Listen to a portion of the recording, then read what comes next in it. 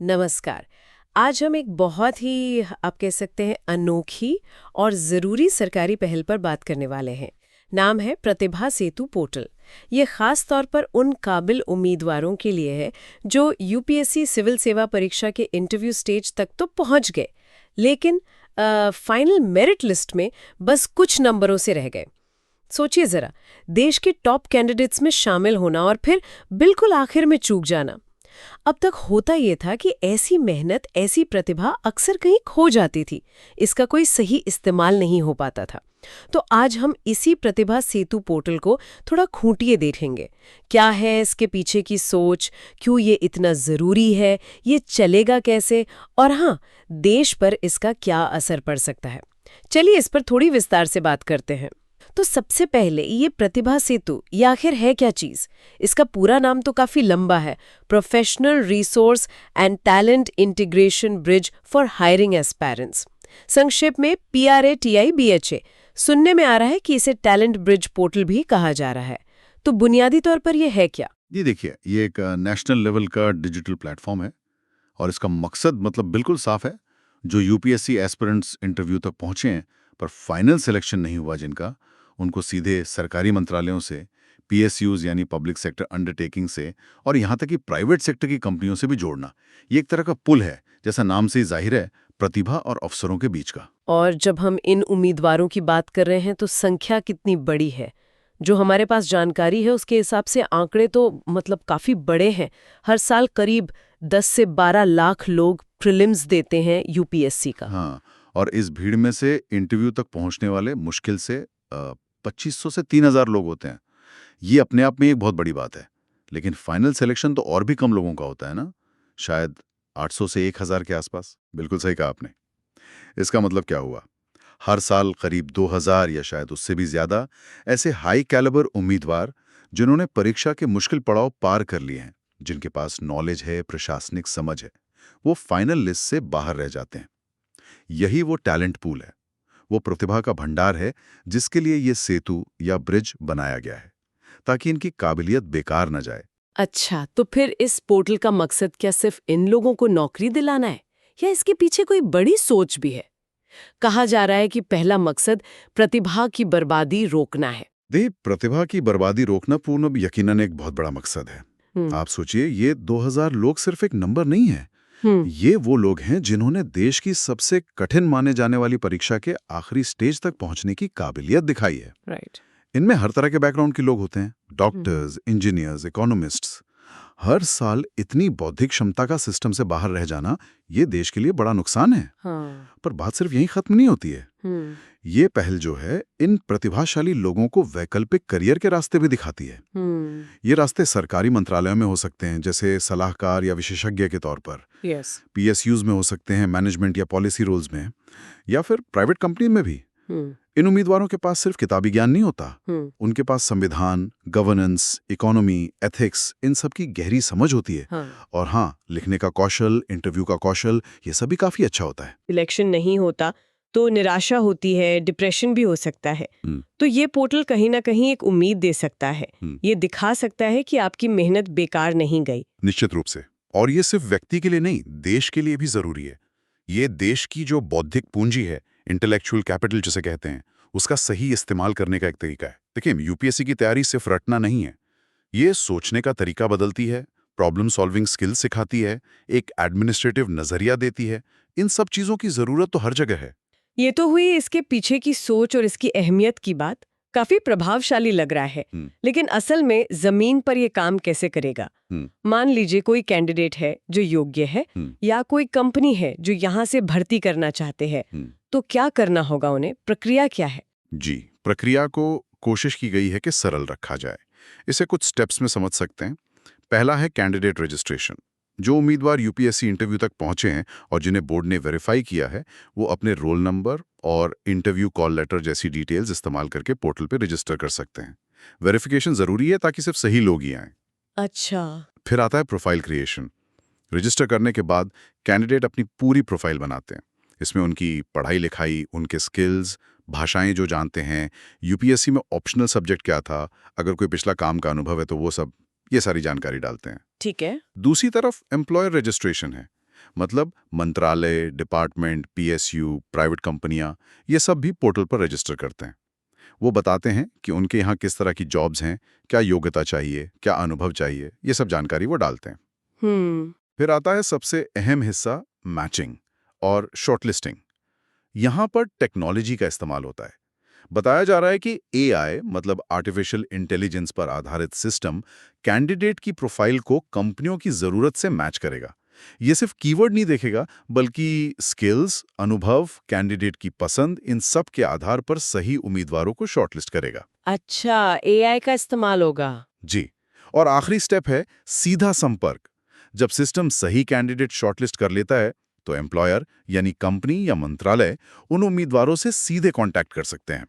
ये ईमेल से हो सकता है या पोर्टल के मैसेजिंग सिस्टम से, जिससे भर्ती की प्रक्रिया आगे बढ़ सके। हाँ, और ये एआई वाली बात दिलचस्प है, क्योंकि ये शायद सिर्फ रिज्यूमे देखने से आगे बढ़कर उन स्किल्स को भी पहचानने की कोशिश करेगा जो यूपीएससी तैयारी में डेवलप होते हैं, जैसे एनालिसिस या पॉलिसी को समझना। इससे प्रोसेस ज़्यादा असरदार हो सकता है। अच्छा, इस पोर्टल की कुछ खासियतों का भी जिक्र है। एक बात जिसने मेरा ध्यान खींचा वो है मेंटरशिप सपोर्ट। ये क्या है? हाँ, मेंटरशिप सपोर्ट ये वाकई एक बहुत अच्छी और ज़रूरी चीज़ बताई जा रही है इसमें। इसका मकसद सिर्फ नौकरी ढूंढने में मदद करना नहीं है, बल्कि उम्मीदवारों को करियर पर गाइडेंस देना है। इसके तहत हो सकता है कि अनुभवी प्रोफेशनल्स या शायद पहले सफल हो चुके उम्मीदवार इन कैंडिडेट्स को सलाह दें, करियर के क्या विकल्प हैं, पर्सनालिटी कैसे डेवलप करें, सिविल सर्विस के अलावा दूसरे फील्ड में कैसे सफल हों, इस तरह की बातें। अगर ये ठीक से लागू हुआ तो ये बहुत मददगार हो सकता है।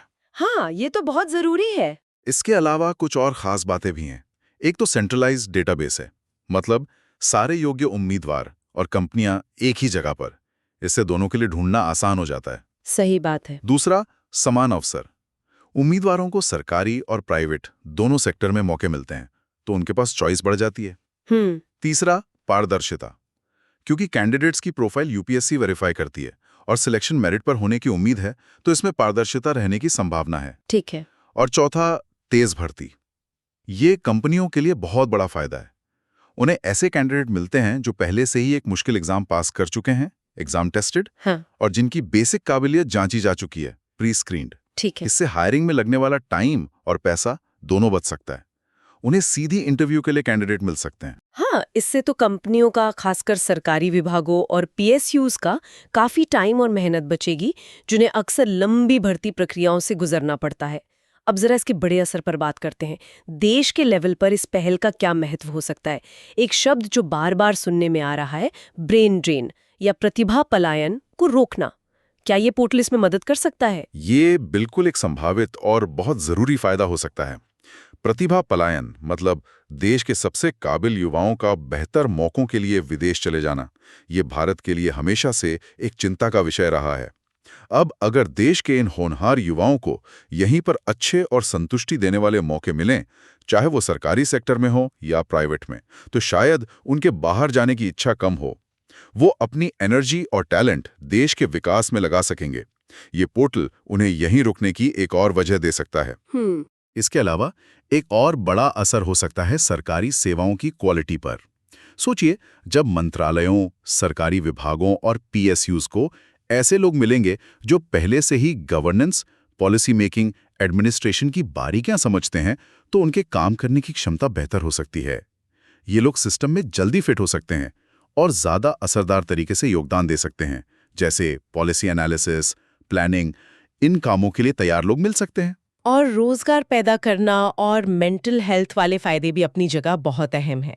एक तरफ तो ये हजारों युवाओं को काम देगा, दूसरी तरफ ये उनके ऊपर जो मानसिक दबाव होता है उसे भी कम करने में मदद कर सकता है। बिल्कुल, ये देश में खासकर पढ़े लिखे युवाओं में बेरोजगारी की समस्या को कुछ हद तक कम करने में मददगार हो सकता है। और जैसा आपने कहा, सिलेक्शन ना होने की निराशा से उभरने में ये एक पॉजिटिव कदम हो सकता है। उन्हें लगे है कि उनकी काबिलियत की कद्र है। तो संक्षेप में कहें तो ये देश के मानव संसाधन या कह लीजिए बौद्धिक संपदा का बेहतर इस्तेमाल करने की दिशा में एक अहम कदम है। जैसा कि बताया गया है, जहां हर साल 1000 से भी कम सिविल सर्वेंट बनते हैं, वहीं 2000 से ज्यादा इंटरव्यू लेवल के टैलेंटेड युवाओं को दूसरी लीडरशिप भूमिकाएं देना, ये देश के लिए एक विन विन सिचुएशन हो सकती है। दोनों का फायदा। ये टैलेंट का सही निवेश है हालांकि ये पूरी पहल कागज पर तो बहुत अच्छी लग रही है और फायदे भी साफ दिख रहे हैं, लेकिन कुछ चिंताएं और चुनौतियां भी हैं जो सामने रखी जा रही हैं। उन्हें भी समझना जरूरी है। एक बड़ा सवाल ये है कि क्या प्राइवेट सेक्टर वाकई यूपीएससी उम्मीदवारों को उतना महत्व देगा या उतनी गर्मजोशी दिखाएगा जितनी शायद सरकारी सेक्टर दिखा सकता है। ये बहुत वाजिब सवाल है और शायद सबसे बड़ा चैलेंज भी यही हो। प्राइवेट सेक्टर की ज़रूरतें और हायरिंग का तरीका सरकारी से काफ़ी अलग होता है। प्राइवेट कंपनियों को अक्सर बहुत स्पेसिफिक स्किल या तुरंत काम आने वाली विशेषज्ञता चाहिए होती है। यूपीएससी उम्मीदवारों का ज्ञान भले ही व्यापक हो, पर हो सकता है उनके पास किसी खास इंडस्ट्री या फंक्शन की उतनी गहरी जानकारी ना हो। उन्हें शायद ट्रेनिंग की ज़रूरत पड़े। फिर वर्क कल्चर भी अलग होता है। तो ये देखना होगा कि प्राइवेट कंपनियां इस टैलेंट पूल को कितना अपनाती हैं। हाँ, ये तो है। इसके अलावा कुछ और चिंताएं भी हैं जिन पर गौर करना होगा, जैसे मेंटरशिप और काउंसलिंग कितनी असरदार होगी। पोर्टल पर यह सुविधा देना अच्छा है, पर क्या ये वाकई काम करेगी? मेंटर्स कौन होंगे? क्या ये सिर्फ नाम के लिए होगा या सच में गाइडेंस मिलेगा? इसका असल इम्प्लीमेंटेशन कैसा होगा, ये देखना होगा। सही बात है। दूसरा, डेटा प्राइवेसी और सिक्योरिटी। इस पोर्टल पर हजारों कैंडिडेट्स का बहुत सारा पर्सनल और एकेडमिक डेटा होगा। इसकी सुरक्षा बहुत जरूरी है। इसका गलत इस्तेमाल न हो, ये पक्का करना होगा। ये भी अहम है। तीसरा, लॉन्ग टर्म सस्टेनेबिलिटी। क्या ये पहल लंबे समय तक चलेगी या सिर्फ कुछ समय का जोश है? इसे बनाए रखने के लिए पॉलिटिकल विल, फंड्स और समय समय पर अपडेट्स की जरूरत होगी। और क्या ये सिर्फ एक अकेली पहल रहेगी या दूसरी स्किल डेवलपमेंट स्कीम से जुड़ेगी? हाँ, ये भी एक सवाल है। और एक और पहलू हो सकता है, कैंडिडेट्स की अपनी उम्मीद है। जो लोग आईएएस या आईपीएस बनने का सपना देख रहे थे, क्या वो दूसरी भूमिकाओं से खुश होंगे? क्या सैलरी और स्टेटस उनकी उम्मीदों के मुताबिक होगा, खासकर प्राइवेट सेक्टर में? हाँ, और वो प्रोफाइलिंग वाला मुद्दा भी है। एआई का इस्तेमाल मैचिंग के लिए तो ठीक है, पर ये ध्यान रखना होगा कि इससे कोई भेदभाव या पक्षपात न हो। ये सारे पॉइंट सोचने वाले हैं, खासकर जब हम इसकी लॉन्ग टर्म सफलता की बात करते हैं। इन चुनौतियों से कैसे निपटा जाता है, इसी पर इसका भविष्य टिका है। तो अगर हम आज की पूरी बात को समेटें, तो ये प्रतिभा सेतु पोर्टल सिर्फ एक जॉब पोर्टल नहीं है। इसे हम एक तरह से राष्ट्रीय प्रतिभा संरक्षण और उपयोग मिशन कह सकते हैं। बिल्कुल, इसमें वो क्षमता है कि ये उन हजारों होनहार युवाओं के लिए नए दरवाजे खोल सकता है जिनमें काबिलियत तो बहुत है, पर वो सिविल सर्विस की रेस में बस कुछ पीछे रह गए। ये उनकी प्रतिभा, उनकी ऊर्जा को देश बनाने के दूसरे जरूरी कामों में लगाने का एक बहुत अच्छा और जरूरी प्रयास है। ये एक तरह से सेकंड बेस्ट को भी देश के लिए बहुत अच्छा बनाने की कोशिश है। और आखिर में हम अपने सुनने वालों के लिए एक सवाल छोड़ जाते हैं। क्या ये प्रतिभा सेतु पोर्टल प्राइवेट सेक्टर की भागीदारी की अनिश्चितता, मेंटरशिप की क्वालिटी की चुनौती और लॉन्ग टर्म सस्टेनेबिलिटी जैसे सवालों के बावजूद वाकई भारत में जो अप्रयुक्त प्रतिभा है, जो अनयूटिलाइज्ड टैलेंट है, उसका एक स्थायी और प्रभावी समाधान बन पाएगा? या ये एक अच्छी नीयत वाली कोशिश बनकर रह जाएगा जिसका असर सीमित होगा? इस पर सोचना वाकई दिलचस्प होगा।